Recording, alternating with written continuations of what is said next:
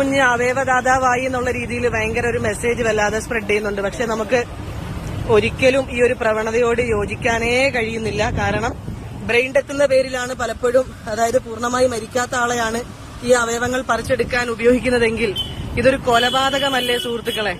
മരിക്കാൻ സാധ്യത മാത്രമല്ലേ ഉള്ളൂ, അത് ജീവിക്കാനൊരു സാധ്യത ബാക്കിയില്ലേ? അപ്പൊ ഈ അവയവദാനത്തെ ഇങ്ങനെ അവയവദാനമാണോ അതോ ഒരു പച്ചയായ കൊലപാതകമാണോ? നിങ്ങൾ ആലോചിച്ച് നോക്ക്. എനിക്കിത് ഉൾക്കൊള്ളാൻ പറ്റുന്നില്ല. പലപ്പോഴും മരിച്ചു എന്ന് സ്ഥിരീകരിച്ച് ആംബുലൻസിൽ കയറ്റിവിട്ട ആളുകൾ പോലും എഴുന്നേറ്റ് വന്നിട്ടുണ്ടെങ്കിൽ ഈ ഒരു പിഞ്ചു കുഞ്ഞ് അതിന്റെ ജീവന്റെ തുടിപ്പ് നിലനിൽക്കുമ്പോ മറ്റാർക്കോ ജീവിക്കണം എന്ന് പറഞ്ഞിട്ട് എന്തോ പുണ്യകർമ്മം എന്ന് പറഞ്ഞായിരിക്കും ചെയ്യുന്നത്. പക്ഷെ പേഴ്സണലി എന്റെ ഇതിനോടുള്ള താല്പര്യക്കുറവ് അറിയിക്കുകയാണ്. നിങ്ങൾ ചിന്തിച്ച് മാത്രം ഇത്തരം പ്രവണതകൾക്ക് നിൽക്കുക. ശാസ്ത്രം തോറ്റു ചേട്ടൻ ജയിച്ചു എന്ന് എഴുതി വെക്കേണ്ടി വരുമോ?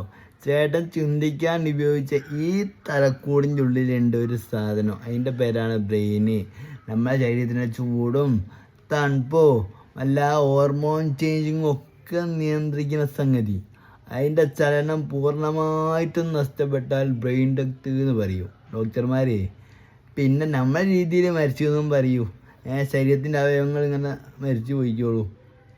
എന്താണ് ശരി? 4